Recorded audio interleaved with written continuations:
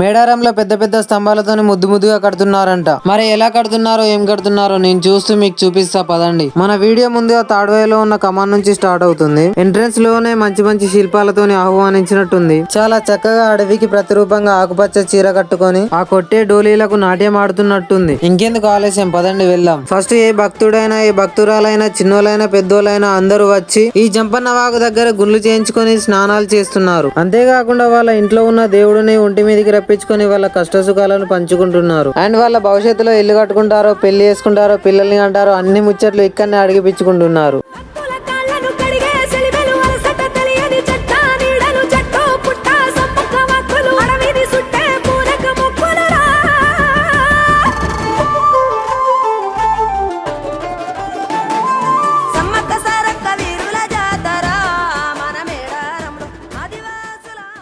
భక్తులకు మాత్రం ఎలాంటి ఇబ్బంది కాకుండా నల్లాలను ఫిక్స్ చేశారు. ఎవరైతే వాగంటే భయపడతారో వాళ్ళు చక్కగా నల్లాల కింద స్నానాలు చేసుకోవచ్చు. జంపన్న వాగులో నీళ్లు లేవంటారా. జాతరకి 3 రోజుల ముందే లగ్నవరం నుంచి నీళ్లు వదులుతారంట. మరి ఇంకెందుకు లేటు, గద్దెల కాడికి వెళ్దాం పదండి. ఇప్పుడు మనం వచ్చేసి సమ్మక్క సారక్క గద్దెల కాడికి వెళ్తున్నాం. నాకు మాత్రం ఈ పెద్ద పెద్ద స్తంభాలను చూస్తే బాహుబలి సీన్సే గుర్తొస్తున్నాయి. ఈ పెద్ద పెద్ద స్తంభాల మీద మంచి మంచి చిత్రాలను, సంస్కృతిని నెలకొల్పే నాట్యాలు, నక్షత్రాలు, మంచి మంచి చిత్రాలను అయితే చెక్కారు. ఇక మరి లోపలికి వెళ్ళేసి చూద్దాం పదండి. ఆగండి, లోపలికి వెళ్లే ముందు బయట ఉన్న స్తంభాలను మొత్తం తిరిగి చూసేద్దాం. ఒకప్పుడు జరిగిన మేడారం వేరు, ఇప్పుడు జరగబోతున్న మేడారం వేరు. ఈ పెద్ద పెద్ద స్తంభాలను చూస్తే నాకు ఒక డైలాగ్ అయితే గుర్తొస్తుంది. Worth Varma worth mind blowing. ఒకప్పుడు ఆదివాసీలు ఎలా జీవించారో ఈ ప్రహారీ గోడ మీద మొత్తం తీర్చిదిద్దారు చూడండి.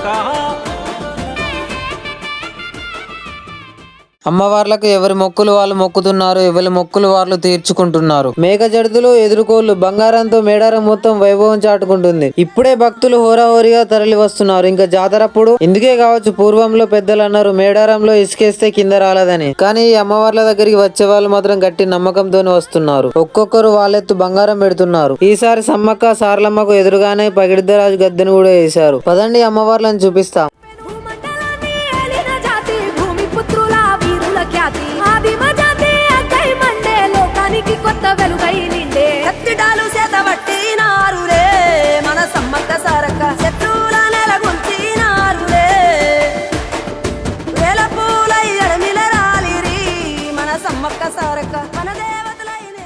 ఇక జాతర మొత్తం తిరిగి ఒక్కసారి చిలకల గుట్టకు వచ్చేస్తే ఏదో తెలియని ప్రశాంతత. ఇదిగోండి ఇదే గేట్ నుంచి అమ్మవారు బయటకు వస్తారు. ఈ గేటు నుంచి కొంచెం ముందు పోగానే నీటి దార అయితే కనిపిస్తుంది మనకు. ఆ నీటి జలం మాత్రం చిలకల గుట్ట మీద నుంచి అయితే వస్తుంది. ఈ నీటికి ఎంత స్పెషల్ ఏంటంటే గుట్ట మీద ఉన్న ప్రతి ఒక్క చెట్టు వేరునైతే తాగి వస్తుందట. నేను కూడా తాగి చూసా, నిజంగానే తీయగా ఉన్నాయి. మీరు కనుక మేడారం వస్తే ఈ ప్లేస్ ని అస్సలు మిస్ అవ్వకండి.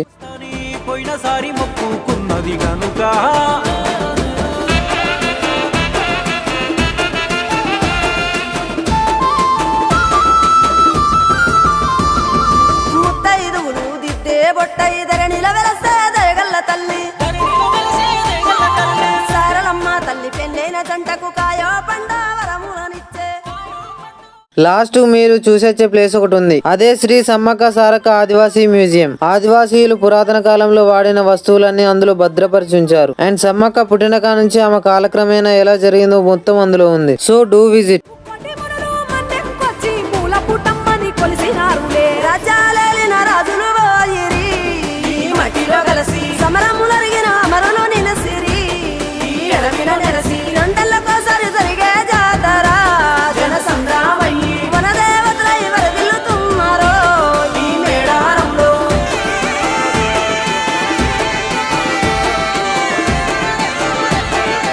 లాస్ట్ కి బస్ ఎక్కి ఇంటికి వచ్చేసేయండి. Bye bye.